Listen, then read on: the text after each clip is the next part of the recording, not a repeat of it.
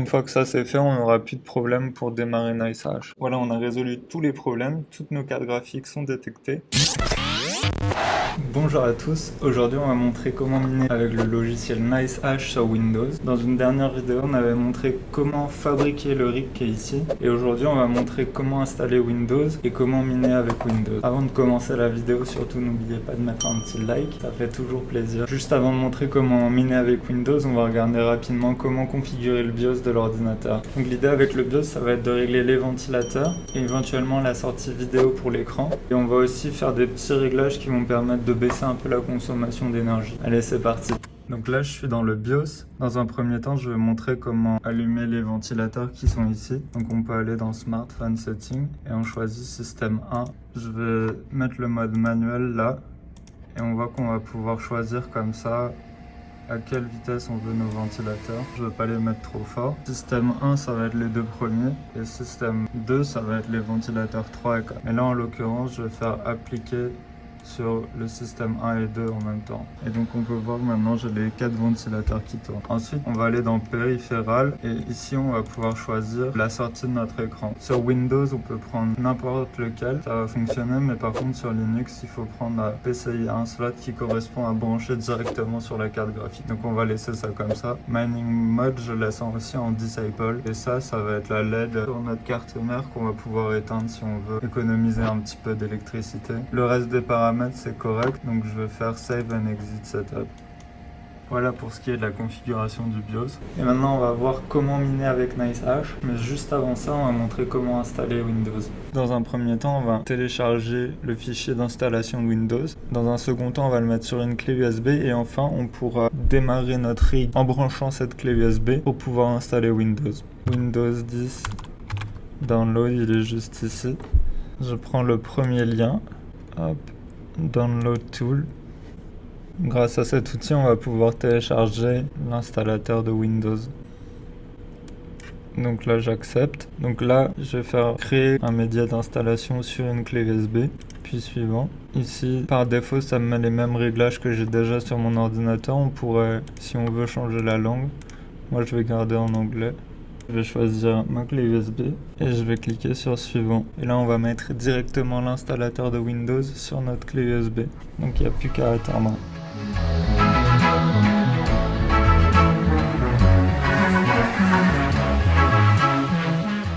On a installé le fichier sur la clé USB.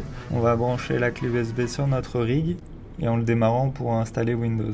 Donc pour installer Windows, il suffit d'allumer l'ordinateur ou le rig avec la clé USB branchée. Normalement, ça devrait vous amener directement vers le menu d'installation. Si c'est pas le cas, comme pour nous ici, vous pouvez aller dans le BIOS et choisir la clé USB avec laquelle vous voulez démarrer. Oh, bien joué. Aussi, je vous conseille vraiment de commencer avec seulement une carte graphique pour l'installation. Sinon, ça va être un peu plus compliqué pour le système. Une fois que vous arrivez au menu d'installation, il suffit juste de suivre les étapes. Donc là, tu actives une pack une clé. Si vous n'avez pas de clé d'installation, il y a une option en bas de la fenêtre pour cliquer sur « Je n'ai pas la clé » et continuer l'installation. Après ça, il suffit de choisir le disque où vous souhaitez installer Windows et l'installation va commencer. Donc là, c'est l'installation Windows. Une fois terminé, votre ordinateur va redémarrer et vous pourrez terminer l'installation. Merci. Donc une fois que Windows est installé, on va mettre les drivers maintenant. Donc pour ça, je vais aller sur AMD. Nous on a des RX 580. Donc on va simplement sur le site d'AMD. C'est généralement le premier lien. Nous on est sur Windows 10. Et on télécharge ici les drivers.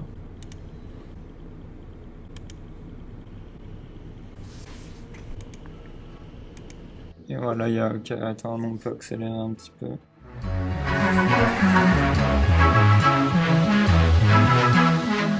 Donc là, on a terminé d'installer les drivers. L'étape d'après, ça va être d'installer NiceHash. On va sur nicehash.com. Donc là, ici, on peut se créer un compte. Moi, en l'occurrence, j'en ai déjà un. Donc je vais cliquer sur Login. Je clique sur Download Miner et on va installer le logiciel.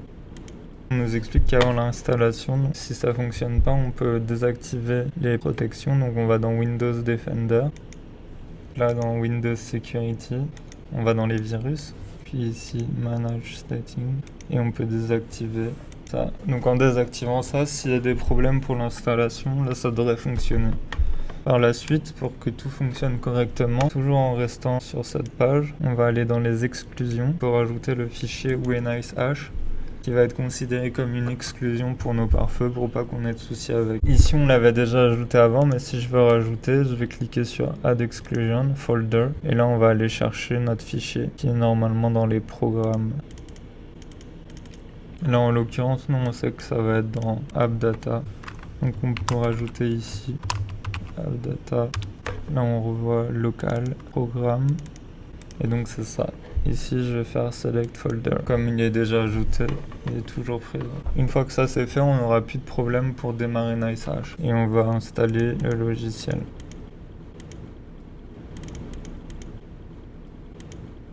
Et on peut tester. Effectivement, tout fonctionne bien. Prochaine étape avant de miner, ça va être d'augmenter ce qu'on appelle la mémoire virtuelle de notre ordinateur. Donc là, je vais aller dans le panneau de contrôle, puis dans Système, l'onglet Avancé, on va choisir ici Setting.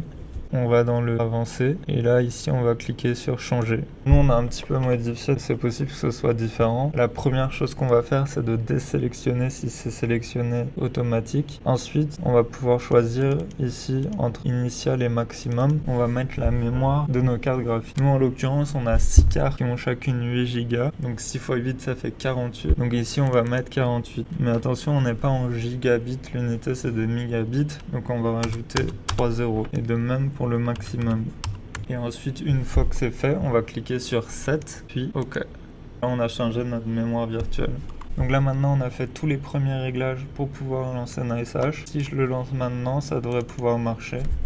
Et on devrait pouvoir commencer à miner. Comme j'ai déjà dit, on va commencer avec seulement une carte graphique. Si tout fonctionne correctement, on rajoutera toutes les autres. Donc là, on voit bien que ça détecte notre carte graphique ici. Nous ça nous intéresse pas de miner avec le CPU, donc on l'a désactivé ici et on peut cliquer sur Start Mining. Dans un premier temps on va faire un benchmark, c'est-à-dire que le logiciel NiceHash va tester nos cartes graphiques pour trouver la monnaie optimale à miner. Ça va pas forcément miner de l'Ethereum, ça va miner vraiment la monnaie qui est optimale à un instant T et ça va passer d'une monnaie à l'autre. Au final ça va généralement nous payer en Bitcoin. Donc ici je peux voir les benchmarks qui sont en train d'être faits. Donc on peut voir qu'il va en tester seulement 4 et là on est rendu à 2 qui ont été faits et on est sur le 3e. Une fois que les 4 seront réalisés, ça va commencer à miner. Et voilà. Donc là ça a trouvé le meilleur algorithme, le premier qu'il a testé, et donc ça commence à miner.